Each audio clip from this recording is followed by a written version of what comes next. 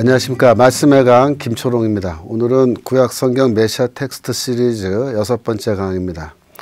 사무엘하 7장에 대한 두 번째 강의가 되겠습니다. 메시아는 왕입니다. 그래서 이 점을 표현하는 메시아 호칭 중 하나는 다윗의 자손, 다윗의 아들, 다윗의 자손이라 보통 얘기해요. 이 호칭이 바로 메시아 호칭입니다. 우리가 지난번 공부했던 그 12절에서 내 몸에서 날 내 씨는 솔로몬이지만 이 구절을 메시아 텍스트로 읽게 되면은 솔로몬이 아니라 다윗의 자손, 다윗의 씨가 되는 거죠. 신약 성경에서 이제 다윗의 자손이라는 그 호칭이 종종 등장하는데요. 예수에게 이 호칭이 적용되고 있어요. 그렇게 적용될 때 그 의미는 뭐겠습니까? 예수가 바로 메시아다. 예수가 그리스도다. 그런 뜻입니다. 예를 들면 마태복음 1장 1절 아브라함과 다윗의 자손 예수 그리스도의 계보다 라고 해서 예수는 다윗의 자손이라고 말하는데 그 말은 메시아란 뜻입니다. 9장 27절에서 두 맹인이 따라오면서 예수를 향해서 다윗의 자손이여 우리를 불쌍히 여기소서라고 말할 때 메시아여 우리를 불쌍히 여기소서라고 그렇게 이야기한 겁니다. 마태복음 21장 9절도 마찬가지입니다. 사람들이 예루살렘에 이제 예수와 함께 입성하면서 호산나 다윗의 자손이여 찬송하리로다 주의 이름으로 오시는 이여 라고 말할 때 다윗의 자손이란 말은 메시아란 뜻입니다. 마가복음 12장 35절에서 예수께서 어찌하여 서기관들이 그리스도를 다윗의 자손이라 하느냐라고 할 때도 이 다윗의 자손이라는 말은 바로 메시아를 가리키는 거죠. 누가복음 1장 32절에서 그가 큰 자가 되고 지극히 높으신 이의 아들이라 이렇게 이제 얘기하면서 그 조상 다윗의 왕위를 그에게 주시리니 라고 말할 때 여기서도 이제 물론 하나님의 아들이라는 뜻인데 다윗의 왕위를 그에게 준다라고 했을 때 이 말은 바로 메시아, 다윗의 자손, 메시아 가리키는 걸로 볼 수 있습니다. 누가복음 1장 69절에서도 우리를 위하여 구원의 뿔을 그 종 다윗의 집에 일으키셨다라고 할 때 이것도 역시 다윗의 자손이라는 말과 의미가 닿아 있습니다. 사도행전 13장 22절에 이새의 아들 다윗 또 그러면서 23절에 하나님이 약속하신 대로 이 사람의 후손, 그러니까 다윗의 후손, 다윗의 자손이죠. 그러니까 역시 마찬가지 뜻이고요. 그래서 이제 메시아는 다윗의 자손이면서 두 번째로 또 하나님의 아들이라는 호칭을 갖고 있습니다. 왜냐하면은 사무엘하 7장 14절에서 나는 그에게 아버지가 되고 그는 내게 아들이 된다라고 그렇게 이야기하고 있기 때문에 메시아는 하나님과 아버지 아들 관계죠. 그래서 하나님의 아들입니다. 이 하나님의 아들이라는 호칭이 과거에는 헬라 문화에서 온 거다. 그렇게 이제 보고 헬라 문화에서 이적을 행하는 능력자를 가리키는 용어를 후대 헬라 기독교인들이 예수에게 적용한 거다. 그런 식의 주장이 한때 유행한 적도 있습니다. 그러나 지금은 이런 식의 주장은 더 이상 받아들여지지 않고요. 기본적으로 하나님의 아들이라는 호칭은 유대교적 배경에서 온 것이고 바로 사무엘하 7장에서 유래한 걸로 그렇게 보는 겁니다. 구약성경 전체에서 하나님의 아들이라는 호칭이 사용되는 경우는 크게 세 가지로 나눠 볼 수 있는데요. 첫 번째로 천사들을 향해서 하나님의 아들이라는 호칭이 사용됩니다. 욥기 1장 6절에 보시면 하루는 하나님의 아들들이 와서 여호와 앞에 섰고 사탄도 그들 가운데 온지라 라고 말할 때 이 하나님의 아들들은 천사들을 가리키는 거죠. 두 번째로 하나님의 아들이 이스라엘 민족을 향해서 사용된 경우가 있는데요. 출애굽기 4장 22절에서 이스라엘은 내 아들이라, 내 장자다 라고 해서 이스라엘은 하나님의 아들이죠. 근데 첫 번째 아들이라는 뜻입니다. 이렇게 이스라엘 민족을 향해서 사용된 경우가 있고요. 세 번째는 왕을 향해서 사용된 경우인데요. 바로 이 경우가 이 메시아 호칭과 깊은 연관이 있는 경우입니다. 그래서 신약 성경에서 이제 예수에게 하나님의 아들이라는 호칭이 사용될 때는 바로 이러한 그 왕이라는 의미에서, 메시아라는 의미에서 사용된 겁니다. 예를 들면은 시편 2편 6절 7절 2절에서 7절까지 부분인데요.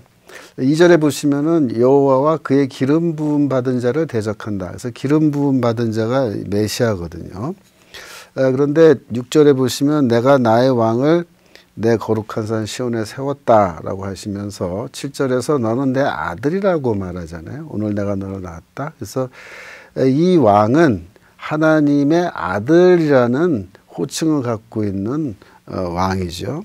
그래서 메시아는 기름 부음 받은 자는 왕이고 그는 하나님의 아들이라는 그런 점이 여기 시편 2편에 바로 다 나와 있습니다. 시편 89편에도 20절에 보시면 내 종 다윗을 찾아내어 나의 거룩한 기름을 그에게 부었다. 기름 부음 받았으니까 메시아죠. 26절에 그가 내게 부르기를 주는 나의 아버지시요 이렇게 말하니까 하나님과 그 기름 부음 받은 메시아의 관계는 아버지와 아들 관계잖아요. 그러니까 메시아는 하나님의 아들이라는 호칭을 갖고 있는 겁니다. 27절에는 더 나아가서 내가 또 그를 장자로 삼는다라고 해서 아들 중에서도 첫 번째 아들이다 이제 이렇게 이야기하고 있고요. 그의 후손을 영구하게 하여 그의 왕위를 하늘의 날과 같게 한다. 그 왕위를 영원한 것으로 만들겠다라는 건데 이것 역시 사무엘하 7장의 내용과 일치하는 겁니다.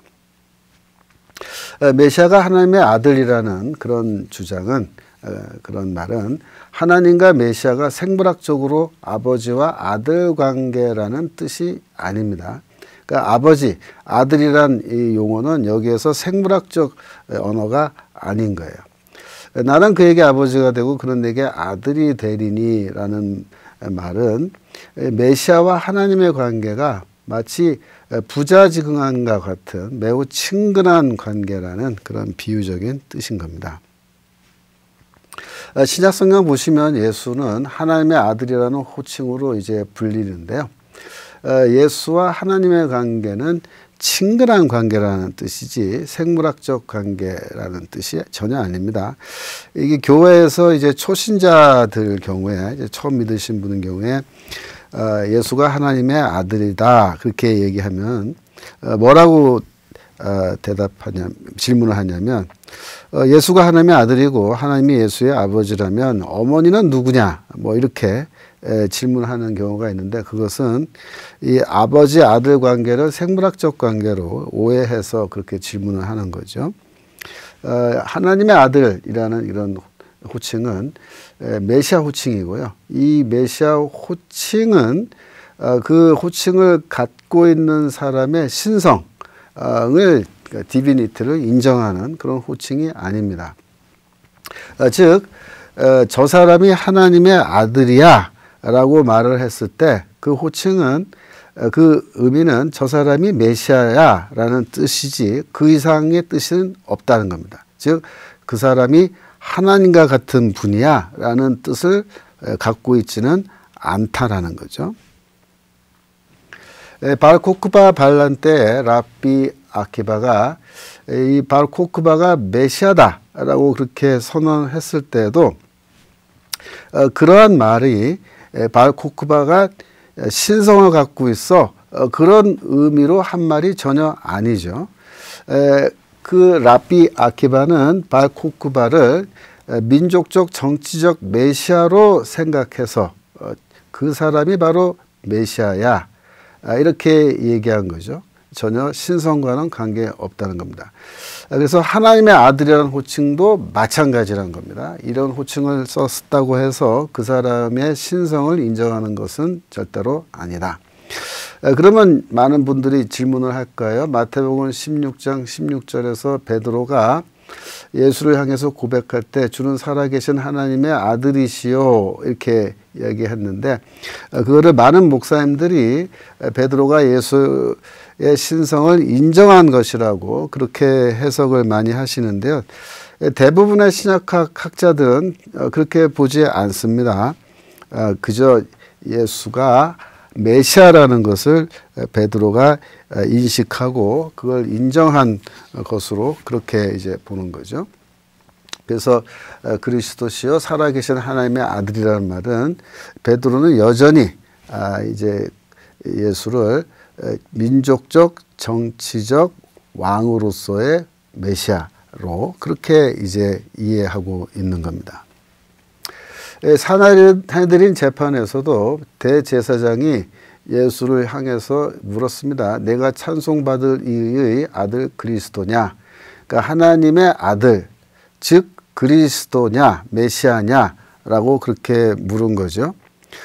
만약 그때 예수께서 이제 뭐라고 대답하시냐면 만약 내가 그니라 라고 대답하고 더 이상 말씀을 안 하셨다면은 아마 사형당하지 않으셨을 거예요.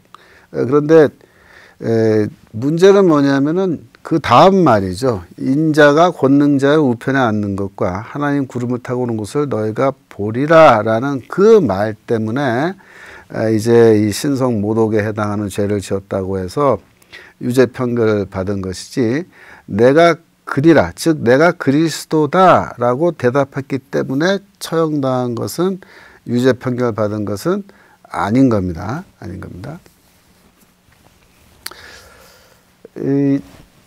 하나님의 아들을 메시아 호칭으로 사용하는 유대교 문서들을 우리가 좀 살펴봐야 되는데 첫 번째로 쿰란 문서 중에 4Q246이라는 문서가 있는데요. 이거는 한 장짜리로 되어 있는 아람어 문서입니다. 그 내용은 어떤 선견자가 환상 가운데에서 본 왕의 아들에 관한 내용이고요. 또 앞으로 있을 전쟁에 관한 내용도 다 포함되어 있는데요. 이 문서를 우리가 하나님의 아들 텍스트, Son of God 텍스트라고 그렇게 얘기해요. 왜냐하면 이 텍스트에 하나님의 아들이라는 호칭이 등장하기 때문입니다. 그리고 또 지극히 높으신 이의 아들, The Son of the Most High라는 표현도 같이 나와요. 한번 보실까요? He will be called Son of God. 그죠? 하나님의 아들이라고 그는 불릴 것이다. And they will call him Son of the Most High. 사람들은 그를 향하여 지극히 높으신 분의 아들이라고 부를 것이다. 그래서 여기에 Son of God이라고 하는 하나님의 아들이라는 호칭이 등장했는데요. 이게 정말로 메시아 호칭으로 사용된 거냐? 제 아래쪽에 보시면 His kingdom will be an eternal kingdom. 그의 왕국은 영원한 나라일 것이며, 그죠? 즉, 이 왕은 이 평범한 왕이 아니고 영원한 나라의 왕이다라고 말하니까 이거는 메시아 호칭으로 사용된 걸로 충분히 볼 수가 있는 겁니다. 학자들은 하나님의 아들이라는 호칭을 당시 역사에 등장하는 특정한 왕으로 이 쿰란 문서의 경우에요. 특정한 왕으로 해석하려고 하는 사람들도 있어요. 하지만 대체로 이 본문은 메시아 개념과 관련이 있는 것으로 봅니다. 그를 부정하는 학자들도 있지만은 1세기 유대교 안에서 하나님의 아들이라는 호칭이 메시아와 전혀 상관없는 호칭이다. 그렇게 주장하기는 더 어렵습니다. 특별히 여기서 그 하나님의 아들의 나라는 영원한 왕국이라고 말하고 있고 그는 미래의 왕이고 영원한 나라의 왕이니까 이거는 뭐 거의 메시아 호칭으로 사용된 걸로 보는 것이 더 유력합니다. 그래서 이 텍스트에서 하나님의 아들은 메시아 호칭으로 사용된 것으로 보이고 그것은 그 족, 즉 1세기 유대교 안에서 하나님의 아들이라는 호칭이 메시아 호칭으로 사용되고 있었다라는 하나의 증거가 되는 겁니다. 메시아 호칭으로서 하나님의 아들이라는 호칭은 아무에게나 무차별적으로 사용되지 않았습니다. 다윗의 후손으로서 왕의 지위를 가졌던 그 어떤 왕도 하나님의 아들이라고 불린 적이 사실 없습니다. 다윗의 후손 중 그 누구도 심지어 다윗 자신에게도 하나님의 아들이라는 호칭이 사용된 경우가 없어요. 그러니까 이런 호칭이 아무나에게나 아무렇게나 사용되는 호칭이 절대로 아니다라는 거죠. 오늘 우리가 방금 본 이 4Q 246의 본문은 누가복음 1장 32, 33절에서 천사가 마리아를 향해서 한 말과 상당히 유사한데요. 누가복음 보시면 그가 큰 자가 되고 지극히 높으신 이의 아들, 그죠? The Son of the Most High 라는 표현이 여기 나오잖아요. 일컬어질 것이요 주 하나님께서 그 조상 다윗의 왕위를 그에게 주시리니 영원히 야곱의 집을 왕으로 다스릴 것이며 그 나라가 무궁하리라. 그렇죠? 4Q 246의 내용과 상당히 유사하게 되어 있습니다. 두 번째로 4Q 174번 문서인데요. 일명 플로리레기움이라고 하는 이제 문서입니다. 이 4Q 174번은 이제 쿰란 문서 중에서 이제 4자가 붙어 있으면 동굴 넘버예요. 네 번째 동굴에서 발견된 문서인데 26개의 문서 프래그먼트, 그러니까 문서 쪼가리라고 말할 수 있겠죠. 그 쪼가리로 되어 있는 그런 문서인데요. 플로리레기움이라는 말은 라틴어인데 발췌문이다 그런 뜻입니다. 영어로 anthology라고 하는 건데요. 이 문서는 1세기 유대교에서 사무엘하 7장 14절을 메시아 텍스트로 읽고 있었다라는 것을 우리한테 잘 보여주고 있어요. 한번 볼까요? And Yahweh declares to you that He will build you a house. 그죠? 하나님께서 너에게 말씀하시기를 그가 너에게 집을 지을 것이다. 하나님께서 집을 지을 것이라고 말했다. I'll raise up your seed after you. 너 뒤에 너의 씨를 내가 일으켜 세울 것이고 I will establish his royal throne forever. 그의 왕위를 영원히 세울 것이다. 그 다음에 뭐가 나오나요? I will be a father to him and he shall be my son. 그게 나오죠. 이게 사무엘하 7장 14절의 내용과 똑같잖아요. 그러니까 이 구절을 지금 직접 인용하고 있는데 This is the branch of David 이라고 해서 다윗의 가지다 이렇게 또 얘기를 해요. Who will sit on the throne in Zion at the end of days. 종말의 때에 시온산에 왕위에 앉을 다윗의 가지다. 누가? 나의 아들이. 그렇게 된다. 그래서 이 나의 아들이라는 말, my son, 하나님의 아들이잖아요. 그러니까 이 하나님의 아들을 종말에 올 메시아로 보고 있는 것은 매우 분명합니다. 그 다음에 as it is written, I will raise up the tent of David, which is fallen. 여기서 이제 구약 성경 구절을 인용하고 있는 건데요. 제가 곧 또 설명하겠습니다. 일단 넘겨서 다시 정리 한번 해보시면 나는 그에게 아버지가 되고 그는 나에게 아들이 될 것이라는 그 말씀을 여기서 분명하게 인용하고 있는 거고요. 여기서 특별히 이제 브랜치 오브 데이빗이라고 했을 때는 왕으로서의 메시아, 그죠? 다윗의 가지는 왕으로서의 메시아인데요. 여기에서 그 interpreter of the law라는 개념이 같이 나와요. 그래서 그 부분이 지금 여기 파워포인트에서 누락됐는데요. 그건 이제 노트에 있는데 누락됐습니다. 그거는 참고하시고요. 그래서 여기에 이 다윗의 가지는 또 누구냐면은 율법의 해석자다 이렇게 되어 있거든요. 율법의 해석자, the interpreter of the law. 그래서 이 두 가지가 같이 나타나는데 통상 다윗의 가지는 왕으로서의 메시아, 율법의 해석자는 제사장 메시아로 쿰란에서는 그렇게 보는 겁니다. 그래서 쿰란에서도 스가랴서와 마찬가지로 메시아를 두 가지로, 두 명으로 이렇게 보지만 사실은 한 명의 메시아가 갖고 있는 두 개의 직분이라 그랬죠. 여기서 I will raise up the tent of David 혹은 booth of David 그러는데요. That is fallen. 무너진 다윗의 장막을 일으킨다라는 건데요. 이거는 아모스서 9장 11절의 인용입니다. 그날에 내가 다윗의 무너진 장막을 일으키고 요 구절을 여기에 지금 인용을 해놓은 거예요. 그 무슨 뜻이냐면 이게 아모스 9장 11절도 이게 메시아 텍스트거든요. 그러니까 1세기 유대교 안에서 특별히 쿰란에서 구약 성경에 여러 곳에 흩어져 있는 메시아 텍스트들을 자기들이 모아가지고 연결시켜서 읽고 있었다는 것을 우리에게 잘 보여주는 겁니다. 세 번째는 Psalms of Solomon이라는 유대교 외경인데요. 17장 21절 이하에 보시면 중요한 내용이 나옵니다.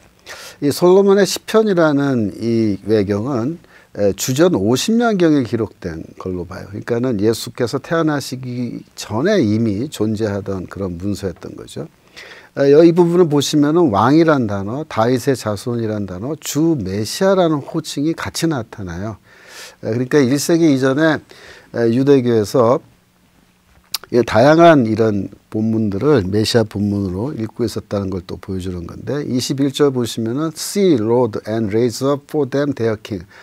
주님이시여 그들을 위하여 그들의 왕을 세워주소서. The son of David, to rule over our servant Israel in the time known to you, O God. 그래서 그들의 왕이 누구냐면 다윗의 자손입니다. Son of David. 를 세워달라고 그렇게 이제 얘기하면서 22절에 가면은 undergird him with the strength to destroy the unrighteous rulers.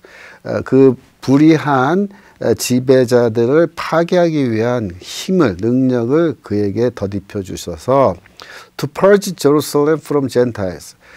이 이방인들로부터 예루살렘을 다 청소해내게, 깨끗하게 그들을 다 청소해내게 해주소서. 그렇게 기도를 하는 거예요. 그러니까 이 사람들이 지금 메시아를 생각할 때는, Son of David을 생각할 때는 이런 이방인들을 다 쫓아내고 다윗 왕조를 재건하는 정치적, 민족적 왕으로서 메시아를 생각하고 있었다는 것은 매우 분명합니다.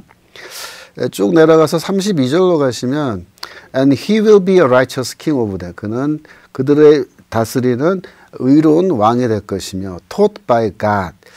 제가 여기 밑줄 쳤어요. 왜냐하면은 메시아는 하나님에 의해서 배움을 받는, 가르침을 받는 그런 마치 학생과 같은 또 그런 입장이기 때문에 이게 굉장히 중요한 겁니다. 예전에 메시아는 스승으로 우리에게 온다는 말씀 제가 한 적이 있잖아요. 그 언약 시리즈 11번에서 마찬가지로 이 내용하고 연결되는 겁니다. 그래서 하나님을 향해서는 메시아는 학생처럼 배우고 우리를 향해서는 선생처럼 가르치시는 그런 기능을 하는 거죠. 이런 내용들은 모두 다 사무엘하 7장 12절에서 16절의 내용을 반영하는 거고요. 다윗의 자손이 곧 메시아 호칭으로 사용되었다는 것을 우리가 볼 수 있습니다. 그리고 여기 앞에 제가 까먹었는데 다시 보시면 And their king shall be the Lord Messiah. 그래서 그들의 왕은 주 메시아가 될 것이다 라는 대목이 있는데요. 여기서 주 메시아가 크리스토스 퀴리오스로 되어 있습니다. 헬라어로.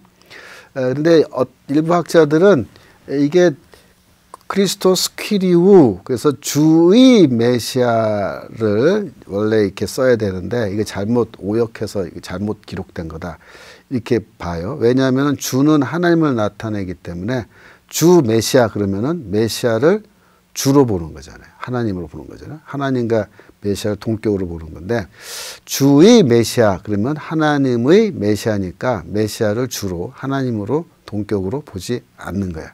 그래서 이게 주의 메시아가 맞는 거 아니냐 이렇게 보는데 꼭 그렇지 않아요. 왜냐하면 유대교 전통 안에서는 메시아는 왕이고 왕 메시아라는 뜻으로 주 메시아라고도 말할 수 있기 때문입니다. 네 번째 그 문서인데요. 제사 에스라서 7장 28절 이하인데요. 제사 에스라서는 기록연대가 주후 1세기 말입니다. 기록연대가 비록 느리긴 하지만은 주전 문서인 앞에 문서들과 내용이 유사하게 되어 있기 때문에 다음에 제가 소개하려는 내용은 1세기 이전의 전승으로도 충분히 볼 수가 있다고 생각돼요. 보시면은 For my son the Messiah shall be revealed with those who are with him. 그러니까 나의 아들 메시아 이렇게 되어 있잖아요. 나의 아들 메시아가 그와 함께하는 사람들과 더불어서 나타날 것이다. 나타날 것이다. Those who remain shall rejoice 400 years. 그래서 그 남아있는 자들은 400년 동안 메시아의 그 시대를 rejoice, 향유할 것이다. 그렇게 돼 있거든요. 근데 and after these years my son the Messiah shall die. 그 400년이 지나면은 나의 아들 메시아가 죽을 것이고 all who draw human breath. 호흡을 인간의 호흡을 쉬는 모든 자들이 다 죽을 것이다. And the world shall be turned back to primeval silence for 7 days. 그리고 나면은 온 세상은 7일 동안 태초 이전의 그런 고요함으로 돌아갈 것이다. As it was at the first beginning. 첫 번째 창조 때처럼 이렇게 되어 있는데요.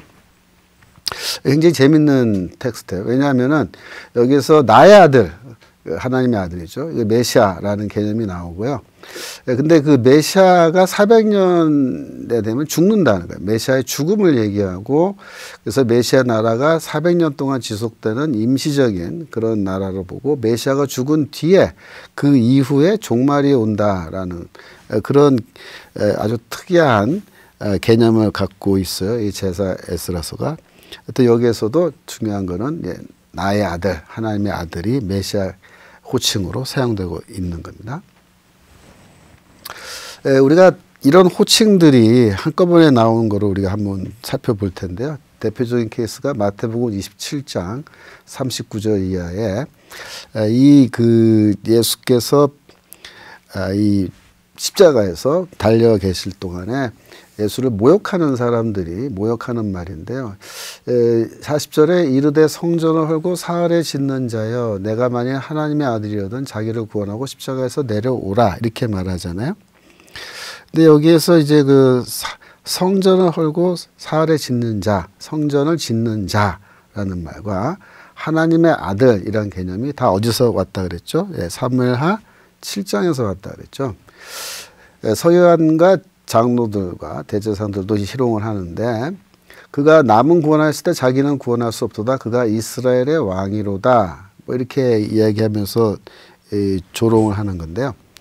이걸 보면 본문에서 예수를 이제 희롱하는 사람들은 구약 성경을 잘 아는 사람들이에요. 사무엘하 7장 12절에서 16절의 내용을 잘 알고 있어요. 그래서 그 내용을 근거로 해서 예수를 놀리고 있는 겁니다.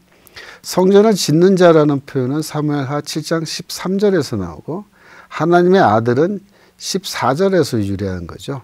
또 이스라엘의 왕이라는 표현도 역시 사무엘하 7장에서 유래하는 거로 볼 수 있습니다. 왜냐하면 메시아는 이스라엘의 왕이기 때문이죠. 그러니까 우리가 이 마태복음 27장의 이런 장면을 하나 보더라도 이런 본문들이 구약 성경의 내용과 이게 긴밀하게 연결되어 있다는 것을 우리가 꿰뚫어 볼 수 있어야 됩니다. 그래야 이게 무슨 개념이고 왜 이렇게 됐구나 하는 거를 우리가 다 설명하고 이해할 수가 있는 겁니다. 오늘 배우신 거 한번 정리해 볼까요? 메시아는 다윗의 자손이라는 호칭 갖고 있고요. 두 번째로 하나님의 아들이라는 호칭도 갖고 있어요. 그러나 이 하나님의 아들이라는 호칭이 곧 그의 신성을 나타내는 것은 아니라 그랬죠. 메시아가 신성을 가지고 계신 분이다라는 것은 이 하나님의 아들이라는 호칭에서 온 게 아니고 제가 또 나중에 설명하겠습니다만은 지혜 신학이라든가 또 인자 이런 개념에서 온 것으로 그렇게 보는 것이 더 맞습니다. 하나님의 아들을 메시아 호칭으로 사용하는 유대교 문서들이 1세기 이전 문서들로 다 있었고요. 마태복음 27장에 예수를 희롱하는 사람들이 한 말을 그런 관점에서 한번 살펴봤습니다. 다음번 강의는요. 시편 2편으로 이제 넘어가는데요. 이 편 다음 강의 제목은 오늘 내가 너를 낳았도다 라는 제목으로 제가 강의하도록 하겠습니다. 오늘은 여기까지 하겠습니다. 감사합니다.